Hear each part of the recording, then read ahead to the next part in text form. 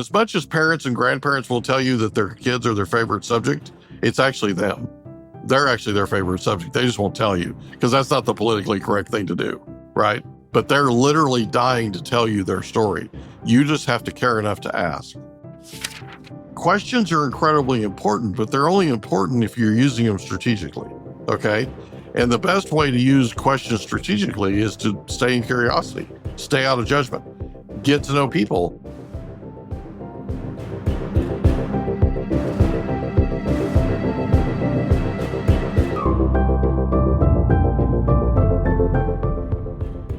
That's Mike Litton. He has over 33 years of experience in the fields of real estate, finance, and investing. He's also the host of the podcast, The Mike Litton Experience, which has been downloaded millions of times. There, he demonstrates his other superpower, asking questions. Mike's got a great perspective on how to use questions and curiosity to build powerful relationships. So you'll learn 1, why questions are your relationship superpower. 2, the magic questions that get people to open up. And 3, why to ask the scary questions. And if you want a quick summary write-up of these actionable takeaways, I recommend you sign up for the free Gold Nugget emails found at awesomeatyourjob.com. I'm Pete Bakaitis. This is How to Be Awesome at Your Job. And now, here's Mike.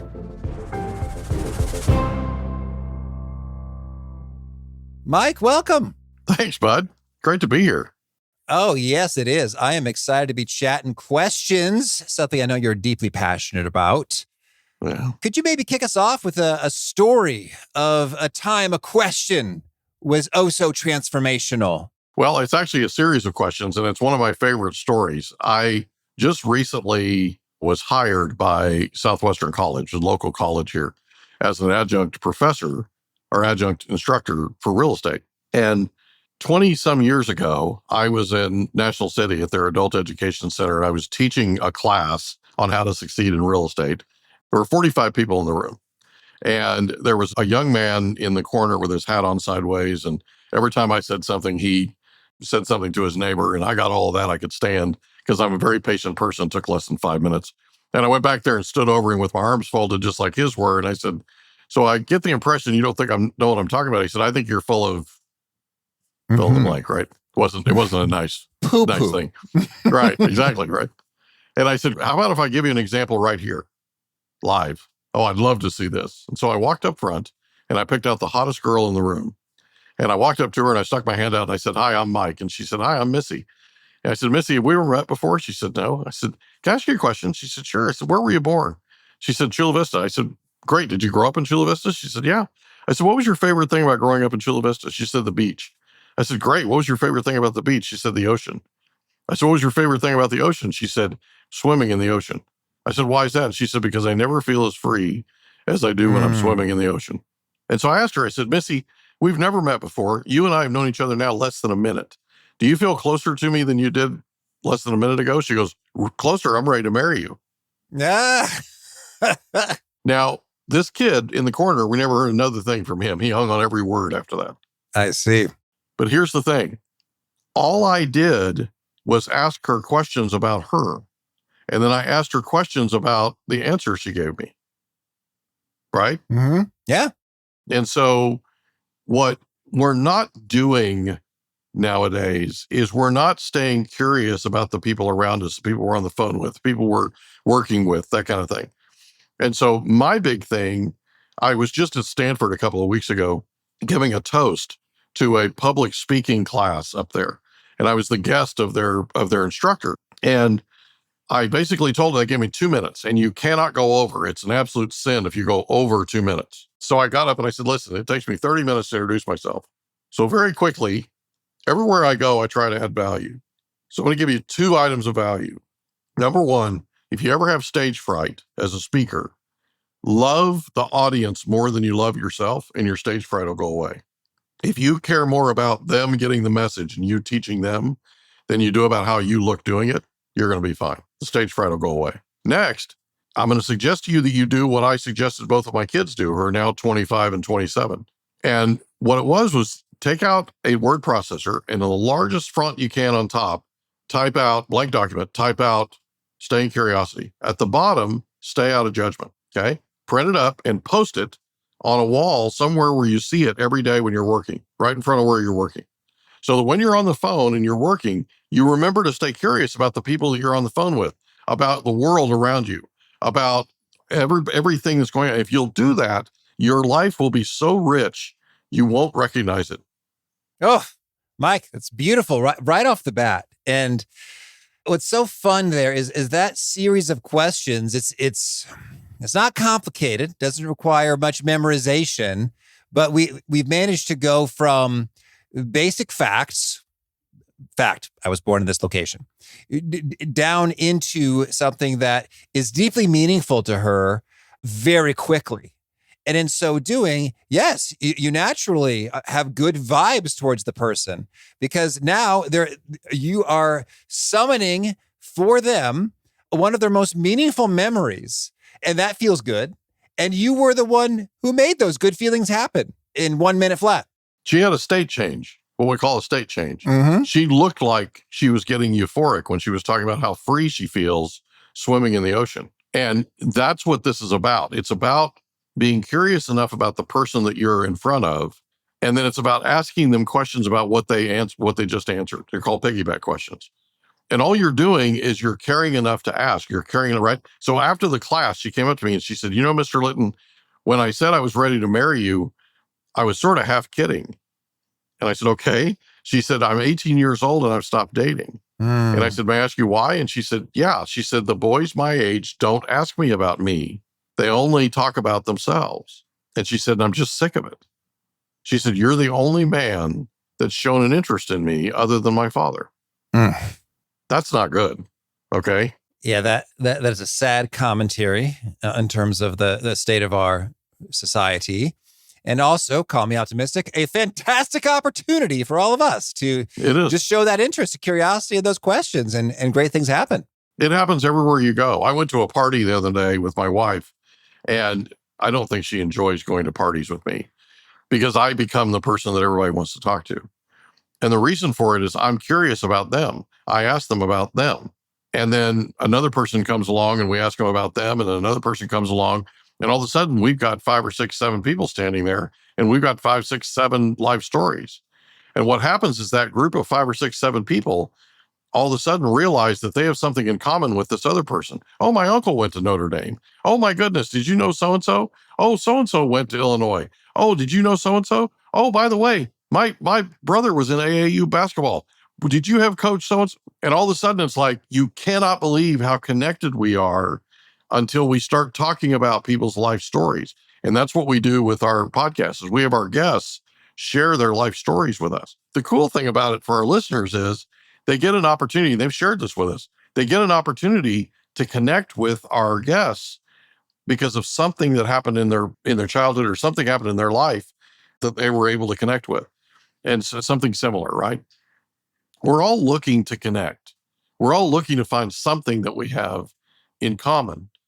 And if all we do is ask about the person we're talking to on the phone, or ask about the person that we're standing in front of, or ask about the person that we're teaching, or ask about the seminar attendee that we're talking to from the stage, we will engage them and we'll engage all the people around them. That's beautiful. Well, so can I hear some of your favorite questions, any do's and don'ts as we navigate this path? So some of my favorite questions are, what's your favorite thing about X? So what was your favorite thing about growing up where you grew up? And one of the things we always ask on our podcast was, what was one of your favorite things, or who was the most influential person to you growing up? And they open up, they become that kid that was being influenced all of a sudden. And it opens up a Pandora's box in a good way, right? In terms of all the different stories and all the different things that come to mind and that they remember. And it's a really, really cool way to go. So one of the things that I'll do, I'm in real estate, and when I go to list a property, I'll walk in and I'll ask the owner, I'll just ask him, I'll say, what's your favorite thing about your house? What's your favorite thing about your neighborhood? What's your favorite thing about the city you live in?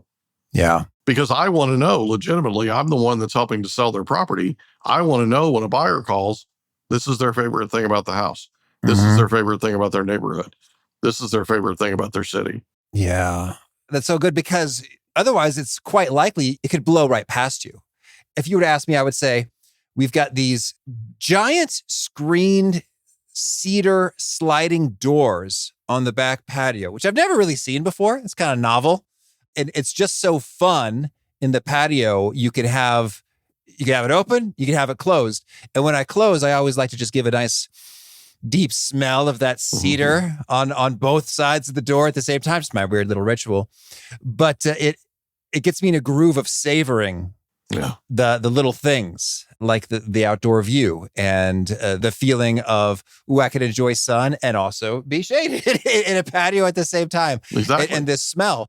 And so that is such a cool little thing that you could convey to a potential buyer. It's like, oh, hey, get a load of this. The cedar, you can still smell it. That's just engaging another sense. And hey, who knows? That might make the difference in terms of nudging them over the edge. Like, yeah, let's make an offer on this one.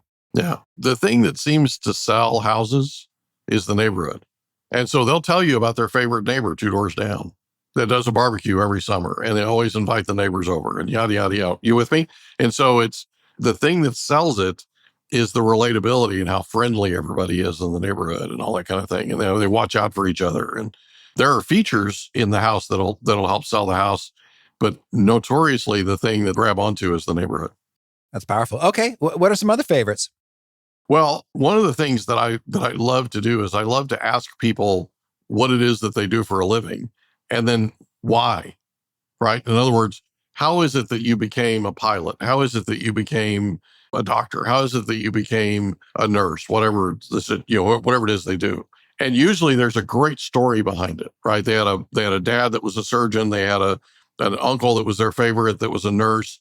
And we'll talk about kind of what their favorite thing is about that particular relative or that particular person that had that impact on them. And it's really a lot of fun to just get to know people, right? Like, where are you from? Where were you born? Right? Especially if they have an accent, right? It's like, wow, what state is that accent from? Right? And all of a sudden it's a conversation that you're having where they're now teleporting themselves back to when they were growing up and back to where it is that they came from and what their favorite food is and all those things, all those wonderful memories. That's super. Well, could you also share with us what are some not so great questions? Like, these I've tried them out and they don't really go anywhere or do much. One of the things that I don't ever do is I don't ever ask people why they chose something, right? So why did you choose to live here? Why did you choose to use that particular service provider? Why did you choose to do this? Why, right? The reason for it is why tends to get them on the defensive.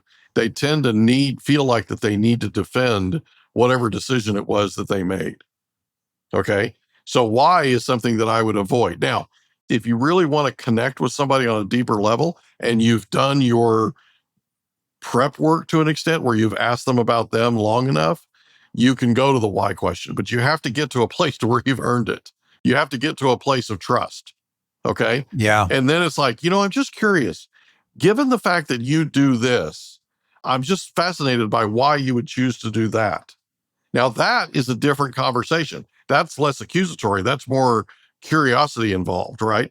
And people love it. Absolutely love it, Pete, when you're curious about them. They love it. And as much as parents and grandparents will tell you that their grandparents and their kids are their favorite subject, it's actually them. They're actually their favorite subject. They just won't tell you because that's not the politically correct thing to do. But they're literally dying to tell you their story. You just have to care enough to ask. You said they're literally dying to tell you their story. I saw a study, and hopefully we could find it in the show notes, is that folks were, in fact, willing to receive less money in an experiment if they had the opportunity to self-disclose, to say some stuff about themselves. And so we use the word literally. Literally, its value can have dollar signs attached to it. Well, here's a question for you. What is it that makes dollars valuable? What comes to mind is a snippet from an episode of The Simpsons in which Homer, he's trying to find a donut, I think, under the couch. And he goes, "Aw, $20. And his brain says, "Wait, $20 can buy many donuts." And he says, "Explain." Money can be exchanged for goods and services. So I guess that's your dictionary definition of why money is valuable. it can be exchanged for goods and services. But if we dig into the theme of the day, the curiosity and what it means to individual people, it's quite fascinating. And my mom worked she was the CEO of the Education Personnel Federal Credit Union in Danville, Illinois. So all my teachers banked with my mom at the credit union, which is an interesting experience.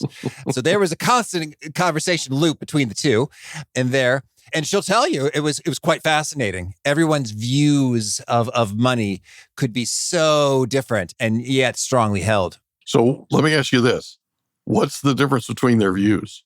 So she would say, for example, that you could take any facet of their relationship to money and it'd be very different. Like for some folks, like debt, they won't touch it. No. That's scary stuff. Don't want to go there. Others, totally comfortable with it and totally comfortable with their bankruptcy afterwards.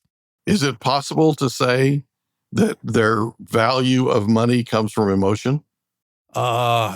Probably, yeah, because money does something for you that you care about, whether you call it freedom or responsibility or accomplishment. Yeah. Right? Mm-hmm. Okay.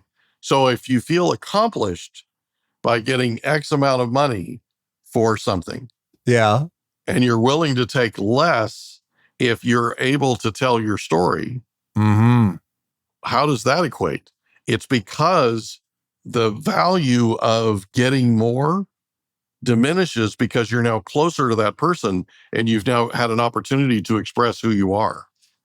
Does that make sense? Yeah, I hear you. We're emotional creatures. We buy with emotion. We justify with logic. Okay? Yes.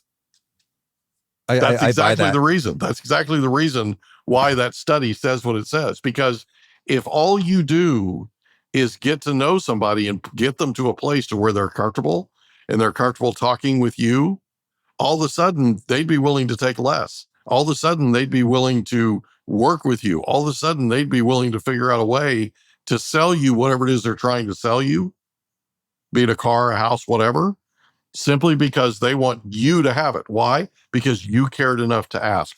You cared enough to show an interest in them. Well, you bring it back to my most recent substantial purchase was a hefty custom-made studio door. And I noticed on the website, it said there was a 10% discount, but I had started working with this sales guy, Kyle, who was amazing. And so he gives me the price that I mentioned. Well, I also noticed that there was this discount from the website, and it'd be great if we could apply that, but don't do it if that impacts your compensation anyway, because I want you to earn the entirety of it. So there I was thinking, Kyle is so awesome. I would like a lower price, but not if it impacts his money. So he's like, we could do it. It's like, awesome, thanks. Win-win. Yeah. There it is. In action. Exactly. In action. Yeah. That's cool. Yeah. So what you want to try to do, and this is, again, questions are incredibly important, but they're only important if you're using them strategically. Okay. And the best way to use questions strategically is to stay in curiosity, stay out of judgment, get to know people. I tell people all the time, I'm the king of the stupid question. Why? Because I'll ask questions you won't ask. I'll ask questions the person down the street won't ask. Why? Because they prejudge those questions. They're in judgment, not in curiosity. I don't prejudge questions. I just ask. And if it's inappropriate, people will tell me. Yeah. Well, right? Can you give us a couple examples of a question that some may say that's too dumb, but you go there and it works out for you? Well, a lot of times you'll have people that will tell you about some accomplishment. They'll tell you about something that they've done, right? And at the end of it, I always end up turning around and asking them, so let me ask you a question. What was it about that made you feel accomplished? What was it about that you're so proud of? Most people won't go there. Most people won't want to go to a place where they dig a little bit, where somebody's concerned. And they certainly won't ask them if this person has had some sort of tragedy in their life, right? So I interviewed a lady yesterday who has been through a lot of tragedy. She was born in Zimbabwe, grew up in Zimbabwe, moved to the UK, had all kinds of interesting things happen as a 20-year-old girl. She spent the night in a phone booth, one of those red phone booths in London. Yeah. She spent the night in there because she had nowhere to go. She was homeless that night. And it was because of an immigration thing and some sort of snafu and this and that. And so I asked her, I said, so how did that make you feel? Well, most people won't go there because they don't want to know how it's going to make her feel. And they know it's probably going to cause her to cry. Now, if she's not willing to tell me, she can always say, I'm not willing to go there. Okay. But that's not what happened. She ended up telling me how it made her feel. And it helped to motivate her to where she is today, where she's an amazing success. But she's an amazing success because of all the things that she went through in her life. Make sense? Yeah. I love that a lot. And what's so interesting is people are scared to ask those questions. They don't ask those questions. And we have this fear that there's going to be a bad outcome. And yet, as I think about some of my darkest moments, my dad died when I was a teenager. I got punched in the face randomly in Chicago. When I really value and appreciate the people who do ask those follow-up questions, because I feel like they really care. And it's rare and noteworthy and special. I might be reliving a bit of some sadness or unpleasantness, but in a way, it's more positive than negative because I feel cared about and I'm able to confront something with like a helper, a teammate, someone on my side. Yeah. And it's cathartic. It's cathartic. If you keep it inside, if you keep it in here, it just festers and it gets worse and worse and worse. Pretty soon it feels like it's this big and it's heavy and it's obtrusive and all that, right? When all you have to do is get that person to tell you about it and tell you how it makes them feel. Now, are they going to cry? Typically, possibly, right? Are there going to be tears? Yeah. Are they going to get emotional? Yeah. I don't want to make people cry, but I also don't want people to keep that bottled up. It's not healthy. It's not healthy to not talk about that. And I'd be willing to bet you that with what happened with your dad, that made you a better father.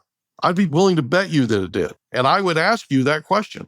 So let me ask you a question. Losing your dad when you did, how did that affect you and your mission as a dad? And then all of a sudden it's like, here come the floodworks, right? Because it really does affect you in a major way. And it's one of those things that is sort of a pivot point in your life, painful, but a pivot point in your life. And you can then pivot in that conversation to all the wonderful things that you're doing for your kids, all the wonderful things that you're doing as a dad, all the wonderful things you're doing as a leader in the community, because that's what your dad would have done. Does that make sense? That type of thing. Well, yeah, it really does. And we're talking about questions and I want to say the answer because sure enough, case in point, this is the stuff working, and it does make me want to. My kids know absolutely every day and clearly that they're loved. Like I'll say, did we forget good morning hugs and kisses? I'm like, well, let's go ahead and do that now. So, because you never know if today may be our last day. And so I would like that to be unmissable in terms of like, oh, if I exited, that would be very clear to them. My dad absolutely loved me. Or in terms of just my own health, it's like, hey, as a 41-year-old man, things like cholesterol kind of matter. So got to take care of some business. Yeah. Yeah. And there are all kinds of positives that came from you losing your dad as early as you did. And the way that you go about exploring that is by asking questions about how did that help you? What are the top 3 things that you do today that you would not have done if that hadn't happened? Those types of things. And so all of a sudden, you're now looking at this and you're looking at it in terms of, wow, this really did happen for a reason. This really is something that's had a major impact in my life. And the best thing about it is if I'm interviewing you, the audience now has an opportunity to share with you in what that experience was like and what your life post that event has been. Fantastic stuff. Well, Mike, I'm curious, any other do's and don'ts when it comes to the question game? The one thing that I want people to understand is the person that's asking the questions in the conversation is the person that's controlling it. So you're the person that's controlling the conversation, right? And it's not about being a control freak or any of that kind of stuff, but it is about where you take the conversation. Because ultimately, if you're asking questions and you're talking to somebody, what you're doing basically is you're helping them get to where you know they need to be. And I'll give you an example. So I interviewed a lady that I call my CEO whisperer. And the reason I call her that is because she worked for one of the most awesome CEOs ever in the business in corporate America for 25 years. And he was somebody who was very authentic, and he was very approachable, and he was very sort of normal, right? Where he would go in and he would sit with somebody that was 2, 3, 4 levels, 5 levels down from him. He would go in, sit with them, close the door, take out a pad and a pen, and he'd ask them, how are you doing? How is the company doing for you? How is the company helping you to get to what your goals are? How can we do better? How can we win with you? Okay. Now, all of these questions are important, and he would listen to the answers. And the most important thing is he would write down the responses. What that did, Pete, was that validated them. Okay. And they connected with this man on a deeper level. The fact of the matter is this: there's a survey or a study that just came out where 86% of workers in America are detached, disengaged from their jobs. 86%. If all we do as leaders is go sit with our people and just connect with them, just sit down with them and ask them those questions. How are you? How are we doing as a company for you? Are we helping you as much as we can to reach your goals? What do you think tomorrow looks like? How can we succeed together? How can we win with you? All these types of wonderful questions that help that CEO to connect with that person that works for them, right? What are you seeing on the front lines that I need to know about because I'm up in the C-suite? Okay. Mm-hmm. All of those things, so I'll give you an example. Let's say that your company your board of directors has decided that they want to take sales from point A to point B. So from here to here. Okay. Up, right? And you go and sit with the people that work for you. The best thing you can do is walk in and say, look, the board of directors has tasked me as the CEO to get our sales from here to here. What part in that ascension or that increase in sales can you help us with? What active part can you have in this? Great. Tell me more. Okay. And it's one of those things where they're going to literally sit with you and they're going to share with you how they can help that company succeed. Imagine you do that 100 times with 100 employees. What do you think next year is going to look like? Yeah. Awesome. You with me? And they'll literally say to you out of their own mouths, because when you speak it, it's real. You know this. Okay. When you speak it, it's real. They'll literally tell you out of their own mouths in their own words, this is what I can do. This is what I will do. Yeah. And it's fun. It's absolutely fun. Well, I'm actually pretty good at this thing. So would it help if I did that? And they say, well, yeah, it would. It's like, well, great. Because that's what I like to do anyway. And I get to make a contribution at the same time. That's just a good work day. And I get to build a deeper relationship with the guy that I work for. Super. It's all a plus. All right, Mike, any final thoughts before we hear a few of your favorite things? Just be curious. Stay in curiosity. Stay out of judgment. Big thanks to Mike for sharing his wisdom with us. Big thanks to our sponsors. Check them out. One sponsor to check out is Plod. Plod is an AI wearable gadget that takes notes of meetings and calls. With Plod, you don't have to take notes and make summaries anymore. It'll do it for you. This tiny AI gadget is the perfect accessory for your phone. It takes notes, instantly generates transcripts, summarizes critical points and action items, so you can stay focused without frantic note-taking. Personally, I was really impressed with my Plod. It's about the size of 2 credit cards stacked on top of each other, super tiny. The setup and Bluetooth pairing was about the quickest, most seamless setup of a device with its app that I've ever experienced. And I was really impressed at how a device this tiny has acceptable audio quality and battery life. Their transcriptions I found were super accurate and the AI insights were sensible. So you talk and Plod handles the rest. If you're ready to work smarter, type PLAUD into Google and get a discount with my code AWESOME. That's PLAUD. One sponsored checkout is strawberry.me career coaching. Having real clarity and direction can make or break your career.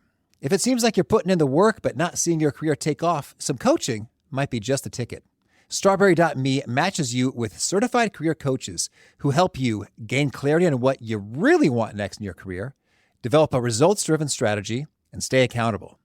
And they can also help you flourish beyond career issues. I had a fantastic session with my coach, Brett, about handling stress from so many responsibilities in so many areas. He was fun. He was wise. He just really got me. We had some laughs and a good time and a good rapport. And he gave me an exercise that has been so quick and so effective for me. I've been doing it every day. So if you're ready to take control and build momentum in your career, go to strawberry.me/awesome to claim your $50 credit. That's strawberry.me/awesome. Because awesome careers don't just happen, you make them happen. One sponsor to check out is Rula. I'm a huge believer in therapy and have personally benefited greatly from many online sessions. Unfortunately, many folks looking for therapy can have a really hard time finding a solid therapist. And when they do, that person might not take their insurance. So frustrating. Rula does it differently. They partner with over 100 insurance plans, making the average copay only $15 per session.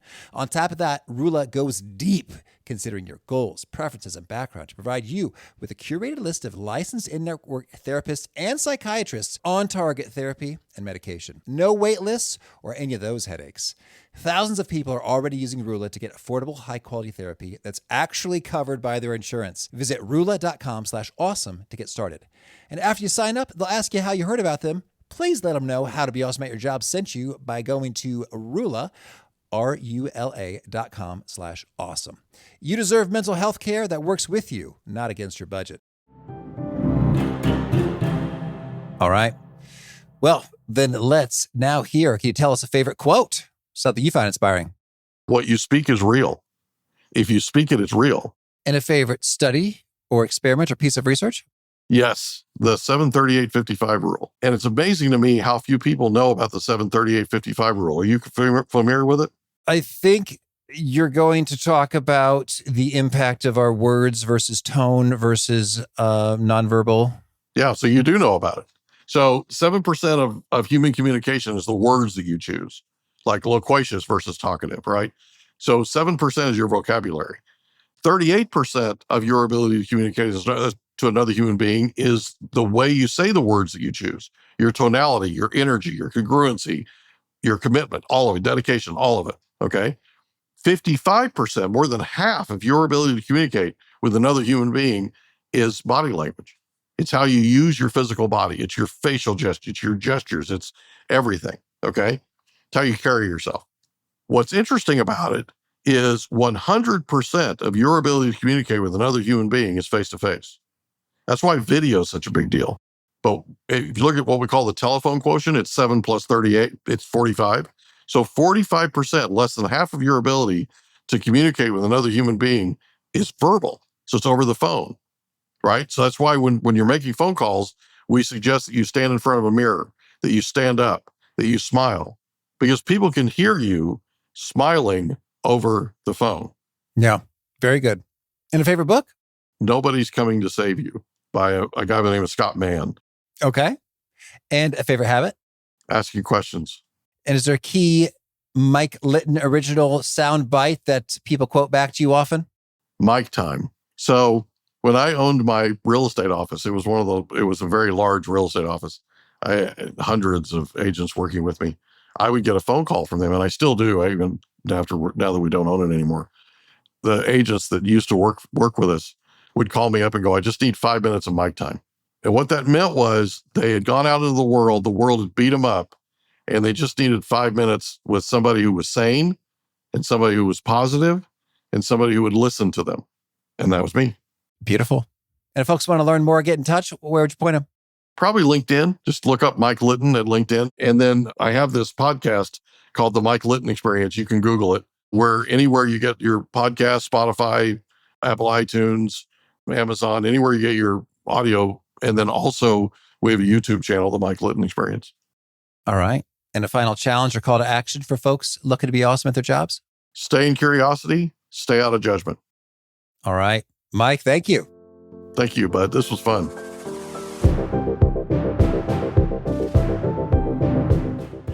I love so much of what Mike has to say, that people are dying to share their story. They love to be asked these questions, and it is like handing out money, gifts, except it costs you nothing. And you might even find yourself with a marriage proposal on the other side of it. Great stuff from Mike. If you want to check out the show notes or the transcript or the links to items that we've referenced, please drop on by awesomeatyourjob.com/EP1076. Hope to catch you next time, and peace.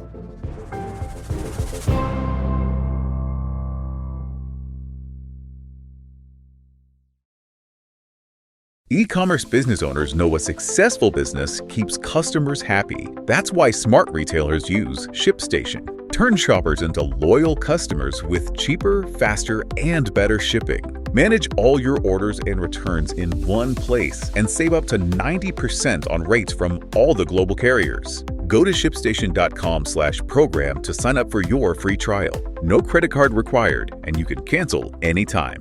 That's shipstation.com/program.